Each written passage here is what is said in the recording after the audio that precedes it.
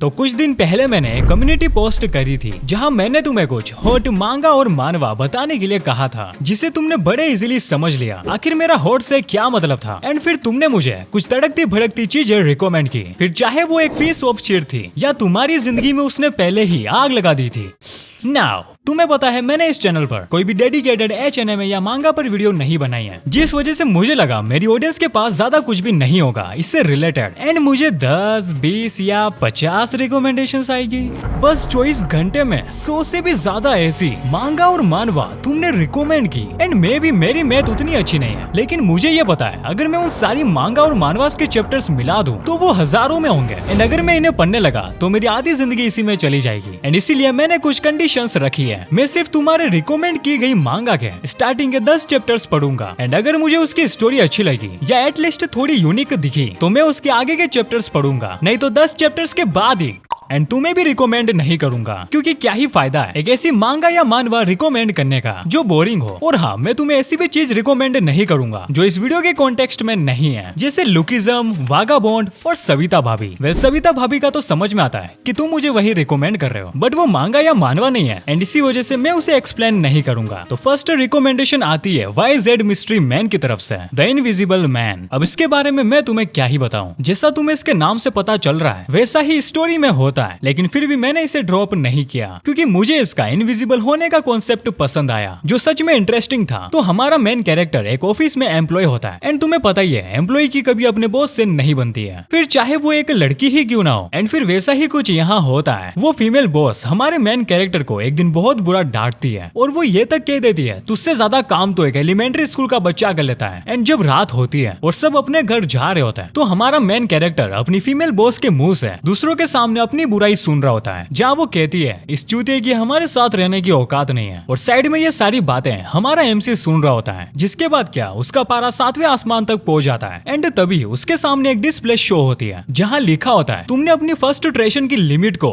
Touch कर लिया है। एंड ये होते ही उससे दिखता है आउटसाइडर मोड ऑन। एंड ये तुम्हें बिल्कुल सोलो लेवलिंग की तरह ही लगा होगा। एंड आउटसाइडर ही इनविजिबल होने की एबिलिटी है। तो अब हो चुका है हमारा मेन कैरेक्टर इनविजिबल एंड वो बेइज्जती का बदला लेगा अपनी बॉस से। एंड जिस तरीके की मानवा हम पढ़ रहे हैं वहाँ लड़कियों के साथ सिर्फ एक ही चीज होती है, बेड तोड़े जाते हैं। वेलिया हमारा मेन कैरेक्टर अपनी बॉस से रिवेंज ले रहा है, तो हम इसे रिवेंज कहेंगे, जो ये बंदा बहुत अच्छी तरीके से लेता है। रात को ऑफिस में, मीटिंग के वक्त, टॉयलेट रूम में, बाथरूम में, जहाँ जहाँ तुम सोच सकते हो वहाँ ये अपनी बॉस की लेता है। एंड बस बॉस की ही नहीं, जो लड़की इसके साथ बुरा करती है उसकी ये खुले आम लेता है। और मुझे समझ नहीं आता है ऐसी मानवास में पब्लिक कर क्या रही होती है। साइड में कांड हो रहा होता है और ये अपनी ही मस्ती में। एंड अब तुम सोच रहे होंगे चलो ये एक बार इनविजिबल हो जाता है, बट ये बाद में विजिबल कैसे होता है? तो इसके लिए इसे बेड तोड़ना पड़ता है, फिर चाहे वो अपनी बॉस के साथ हो या किसी और के साथ। एंड आगे चलकर स्टोरी में इसकी स्किल्स भी अपग्रेड होती है, जैसे किसी भी चीज के आर पार होना, डायरेक्ट एक कमरे से दूसरे कमरे में। तो अगला रिकमेंडेशन है आइजन 7202 का mother and son on survival island, जिसकी स्टोरी एक ऐसे वर्ल्ड पर है जहां अचानक से एक दिन अर्थ पर कुछ होता है और सारे लोग एक मेटावर्स में चले जाते हैं अपने अपने पार्टनर्स के साथ। एंड इन्हें ये पार्टनर्स किस बेसिस पर मिले थे वो तो इस मानवा में नहीं बताया, लेकिन मेरे हिसाब से जिस लड़के का जिस लड़की पर क्रश था वो उसके पार्टनर बनती है। एंड इसी मेटावर्स में हमारा मेन कैरेक्टर अपनी स्टेप मॉम के साथ फंसा हुआ है। एंड वो कोई ज्यादा बड़ी औरत नहीं है, क्योंकि जब उसकी रियल माँ मरी थी तो उसका बाप एक दूसरी शादी कर लेता है अपने से आधी उम्र की लड़की के साथ। एंड इसी वजह से तुम कह सकते हो उसकी स्टेप मॉम ज्यादा बड़ी नहीं है। वेल फिर से आए स्टोरी पर। तो इस वर्ल्ड में सर्वाइव करने के लिए हर जोड़ी के पास एक स्मार्टफोन है, जिसमें दिए गए मिशंस को पूरा करने पर उन्हें कुछ कॉइंस मिलते हैं। एंड इन्हीं कॉइंस का यूज करके वो किसी भी आइटम को खरीद सकते हैं। एंड अब तुम्हें पता लग ही गया होगा असली मजा उन मिशंस में है, जहाँ हमारे मेन कैरेक्टर को एक मिशन मिलता है, वहाँ उसे अपनी वर्जिन स्टेप मॉम की हाइमन ब्रोक करनी होती है। अगर सरल शब्दों में कहूँ तो सील तोड़नी होती है। एंड यही चीज मुझे इस मानवा की पसंद आई, क्योंकि इसमें पलंग किसी रीजन की वजह से तोड़ा जाता है। एंड जितनी अलग अलग लड़कियों के साथ ये लोंडा पलंग तोड़ेगा उतने ही ज्यादा कॉइंस इसे मिलेंगे जो सर्वाइविंग में काम आएंगे। वैसे ये मानवा काफी सही थी, बट एंडिंग में भी ये नहीं बताया गया कि उस दिन अर्थ पर हुआ क्या था। तो अगली रिकमेंडेशन है क्लासिक डिटेक्टिव की, जहाँ इन्होंने 2 मानवा रिकमेंड किया है, जिसमें से मैं सिर्फ एक की ही बात करूंगा क्योंकि दूसरी काफी सिंपल है, न्यू टाउन। वेल इस मानवा की स्टोरी एक मेल टीचर की है जो एक नए टाउन में शिफ्ट होता है और घर घर जाकर वहाँ के बच्चों को पढ़ाता है। एंड जिन बच्चों को वो वो ट्यूशन देता है, बाद में वो उनकी माँ की भी अलग से क्लास लेता है। एंड ये पहला टीचर है जो वीकेंड्स पर सबसे ज्यादा बिजी रहता है। सुबह किसी और के साथ उठता है, लंच किसी और के साथ, डिनर किसी और के साथ एंड रात किसी और के साथ गुजारता है। सो अब तुम समझ चुके हो कि तुम्हें इस स्टोरी में क्या मिलने वाला है। एंड अगली रिकमेंडेशन है अभिषेक गुप्ता की माई किंगडम साइलेंट वॉर, एक और मानवा। एंड इसका नाम सुनकर मुझे लगा मैं कोई गेम ऑफ थ्रोन्स टाइप की मानवा बनने वाला हूँ, जहाँ थ्रोन के लिए बेड पर लड़ाया लड़ी जाएगी, वो भी साइलेंटली। बट इस मानवा का तो पूरा गेम ही कुछ और था। ये स्टोरी दो स्कूल फ्रेंड्स के बीच में होती है, जहाँ हमारा मेन कैरेक्टर एक लूजर था एंड उसका दोस्त बुली होता है, जो उसे स्कूल में भी बुली करता था एंड अभी भी कर रहा है। सो हमारा लूजर क्या करता है, जो भी इस रेड हेड के पास लड़कियां थी स्टोरी में आगे उन्हें छीनता रहता है। एंड छीनने का मतलब तुम समझ गए हो, पलंग तोड़े जाता है। तो नेक्स्ट रिकमेंडेशन है तरुण गेमिंग की और इस वीडियो की पहली मांगा सुपर बोल गर्ल्स, जिसकी स्टोरी एक डिप्रेस्ड लड़के की होती है जो एक चॉकलेट फैक्ट्री में वर्कर है। एंड एक दिन उसे एक बोल मिलती है जिसे घर ले जाने के बाद उसमें से निकलती है एक नहीं, दो नहीं, 4 नेकेड गर्ल्स। एंड चारों की चारों हमारे एमसी के पीछे दीवानी थी एंड उससे चिपकी रहती है। वैसे इस मांगा में कोई भी पलंग नहीं तोड़ा जाता है क्योंकि ये एक इची मांगा। एंड इसे तुम्हें बताने का एक ही रीजन है, वो है इसके राइटर मुनेयुकी काशिरो, जिन्होंने ब्लू लॉक भी लिखी है। एंड अगर तुम इनके काम के दीवाने हो तो तुम इसे भी चेक कर सकते हो। तो अगला कमेंट है कुणाल कुमार का माई step mother and her friends, जो बेसिकली कहना चाहते हैं SMF, जिसके बारे में मुझसे ज्यादा अच्छा तुम जानते हो कि एक लड़का होता है जिसके बाप ने नई शादी की होती है क्योंकि उसकी पहले वाली बीवी बिना किसी रीजन के मर गई, जो इस फैंटेसी में आम बात है बिकॉज आज तक किसी को नहीं पता चला उनकी पत्नियां कैसे मर रही है। सो वो लड़का अपनी नई स्टेप मॉम को देखकर शॉक हो जाता है। एंड दूसरा शॉक उसे तब लगता है जब उसे पता चलता है उसकी स्टेप मॉम एक ओनली फैन जैसी वेबसाइट पर एक्ट्रेस है। एंड बाद में उसे पता चलता है कि उसकी स्टेप मॉम की फ्रेंड्स भी उसी वेबसाइट के लिए काम करती है। एंड फिर क्या, इस पोस्टर में तुम्हें जितनी भी औरतें देख रही है उनके साथ ये पलंग तोड़ता है। तो बढ़ते हैं आगे। द एंजल ऑफ ने रिकमेंड की है ओवरफ्लो, जिसकी स्टोरी बड़ी सिंपल है। एक भाई होता है जो बचपन में अपनी बहनों को कहानियां सुनाता था एंड जब वो बड़ी हो गई तो अब वो उनके साथ फिल्म बनाता है, हर जगह हर वक्त। एंड इसकी कोई लिमिट भी नहीं है। सो नेक्स्ट रिकमेंडेशन है Satoru Gojo 230 the hole is open. And जैसा मुझे लगा कि इस बार इस होल के पीछे कुछ तगड़ा होगा और बिल्कुल वैसा ही हुआ। एंड बात करें इसकी स्टोरी की तो हमारा मेन कैरेक्टर अपने 20s में पैसा कमाने के लिए सारे बिजनेस ट्राई करता है एंड किसी में भी उसे कामयाबी नहीं मिलती है, जिस वजह से वो 30 साल का होने के बाद भी गरीब रहता है। एंड फिर उसे याद आता है उसके ग्रैंडफादर का एक स्टोर भी है एंड वो चला जाता है वहाँ काम करने।